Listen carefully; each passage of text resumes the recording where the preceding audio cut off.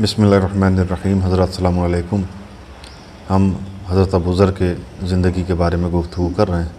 اس سے پہلے کہ ان کی حیات کے بارے میں اور آگے کچھ گفتگو کی جائے، ایک واقعہ حضرت صلی اللہ علیہ وآلہ وسلم کی حیات کا بیان کر دیا جائے تاکہ یہ معلوم ہو سکے کہ جناب ابوذر کو حضرت صلی اللہ علیہ وآلہ وسلم سے کتنی محبت تھی، کیسا جذبہ تھا ان کے دل میں۔ جب حضرت صلی اللہ علیہ وآلہ وسلم کو یہ خبر ملی کہ شہنشاہ روم شام میں ایک بہت بڑا لشکر جمع کر رہا ہے مسلمانوں سے لڑنے کے لیے، تو آپ نے حکم صادر کیا کہ لشکر کی تیاری کی جائے۔ لشکر تیار ہوا، شدید گرمی تھی، سورج جلا دینے پر آمادہ تھا، طویل سفر تھا، لوگ جانے پر پوری طرح تیار بھی نہیں تھے، لیکن حضرت کے حکم کے مطابق یہ قافلہ تیار ہوا، لوگ چلے اور سفر طے کرنا شروع کیا۔ جناب ابوذر بھی ساتھ ساتھ میں تھے، لیکن آپ کی سواری بہت کمزور و لاغر تھی، لہٰذا وہ کافی پیچھے رہ جاتے تھے۔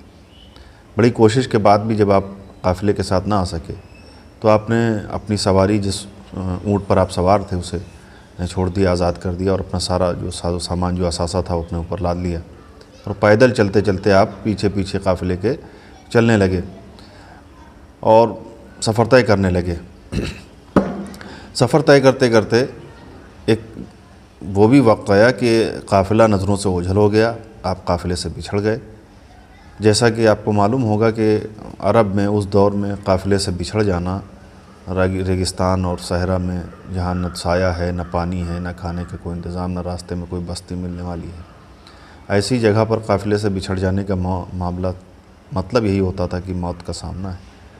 لیکن جناب ابوذر کے قدم رکے نہیں، رفتار کم نہیں ہوئی، آپ اسی طرح چلتے رہے، اس امید کے ساتھ، اس حوصلے کے ساتھ کہ مجھے کسی بھی صورت میں حضرت صلی اللہ علیہ وآلہ وسلم تک پہنچ جانا ہے۔ اس شدید گرمی میں پیدل چلنا، مسلسل چلتے رہنا، آپ بھوک اور پیاس سے نڈھال ہو چکے تھے۔ جب وہ قافلہ آگے چلتے چلتے ایک جگہ پر رکا، پڑاؤ ڈالا گیا، تو لوگوں کو پانی کی ضرورت تھی، لوگ پانی تلاش کرنے کے لیے ادھر ادھر نکلے۔ ان میں سے ایک آدمی کی نگاہ قافلے کے پیچھے پڑی، اس نے دیکھا کہ کوئی آ رہا ہے، تنہا ہے، اکیلا چلا آ رہا ہے۔ تو اس نے غور کرنا شروع کیا کہ کون آ رہا ہے، تو دیکھا کہ جب قریب آئے تو دیکھا کہ جناب ابوذر ہیں، جو اپنا سارا ساز و سامان لادے ہوئے پیدل چلے آ رہے ہیں۔ تو زور زور سے پکار کے کہنے لگے کہ باخدا یہ ابوذر ہیں، باخدا یہ ابوذر ہیں۔ لکھا یہ کہ حضرت صلی اللہ علیہ وآلہ وسلم دوڑتے ہوئے آئے ہیں جناب ابوذر تک اور آپ کو سینے سے لگا لیا۔ ان کا سارا ساز و سامان اتار کے زمین پر رکھا گیا۔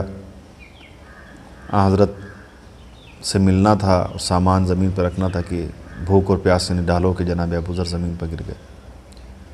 حضرت صلی اللہ علیہ وسلم نے فرمایا کہ ابوذر کو کوئی پانی پلائے۔ جناب ابوذر کہتے ہیں کہ اے اللہ کے نبی، پانی میرے پاس موجود ہے۔ یہ سننا تھا کہ آپ فرماتے ہیں کہ اے ابوذر، جب پانی تمہارے پاس موجود تھا تو تم نے پانی پیا کیوں نہیں؟ تو جناب ابوذر نے کہا کہ اے اللہ کے نبی، میں راستہ طے کر رہا تھا، مجھے ایک جگہ پر بارش کا پانی اکٹھا دکھا، میں نے وہ پانی تھوڑا سا چکھا، مجھے اس کا ذائقہ بہت اچھا لگا، ٹھنڈا پانی تھا، خوش مزہ تھا۔ پھر میرے دل میں اچانک خیال آیا کہ پانی میں کیسے پی لوں جب تک اللہ کا نبی نہ پی لے، لہٰذا میں نے یہ طے کر لیا کہ جب تک آپ اس میں سے نہیں پئیں گے تب تک ابوذر نہیں پیے گا۔ اور اسی شدید گرمی میں بھوک اور پیاس کی حالت میں چلتے رہے، لیکن وہ پانی آپ نے نہیں پیا۔ یہ سننا تھا کہ حضرت صلی اللہ علیہ وسلم نے فرمایا کہ اے ابوذر، تم تنہا جیتے ہو، اللہ تمہیں بخشے، تم تنہا مرو گے، تنہا مرتے ہو اور تنہا اپنے آپ کو جذبوں سے سرفراز کرتے ہو۔ یہ ایسی مثالیں آپ کو تاریخ اسلام میں بہت کم ملیں گی۔ ایسا جذبہ بہت لوگوں میں نہیں ملے گا، بہت کم سے کم لوگوں میں جذبہ ملے گا۔ حالانکہ نبی سے محبت کرنے والے بہت تھے، بہت ہیں، بہت رہیں گے، اس سے انکار نہیں ہے، لیکن جس طرح کا جذبہ جناب ابوذر جیسے لوگوں میں تھا، ویسا جذبہ ملنا محال ہے، اور اس کی مثالیں تاریخ میں آپ کو ڈھونڈنے پر بھی بہت ہی کم ملیں گی۔ نبی کا ایسا صحابی کہ جسے نبی اپنا دوست کہتے ہوں، نبی کے بعد اس کی زندگی کیسے گزرتی ہے یہ سب پر ظاہر ہے کہ وہی مدینہ ہے کہ جہاں نبی کی حیات میں آپ رہتے تھے وہی مدینہ ہے کہ آپ کے بعد آپ نے جو زندگی گزاری ہے، تو کبھی بائیکاٹ ہوا، کبھی بولنے پر پابندی لگا دی گئی، کبھی شام کی طرف جلا وطن کر دیے گئے، پھر شام سے مدینہ واپس آئے، اور مدینے میں بھی بات چیت پر پابندی، ملانے سے پابندی کہ کوئی مل نہیں سکتا جناب ابوذر سے۔ اور پھر وہ جناب ابوذر کی زندگی کا سب سے مشکل ترین وقت آ گیا کہ جب آپ کو یہ دربار خلافت سے یہ فرمان سنایا گیا کہ ابوذر اب تم مدینے میں نہیں رہ سکتے ہو، اب تمہیں مدینہ چھوڑ کے جانا پڑے گا۔ اس کے لیے لکھا یہ ہے کہ آپ کو بلایا گیا دربار میں اور آپ سے کہا گیا کہ ہم سے دور ہو جاؤ، مدینہ چھوڑ دو، ہماری سرزمین سے باہر نکل جاؤ۔ تو جناب ابوذر نے کہا کہ کیا ہجرت کے بعد پھر صحرا نشین ہو جاؤں؟ تو خلیفہ وقت نے کہا ہاں۔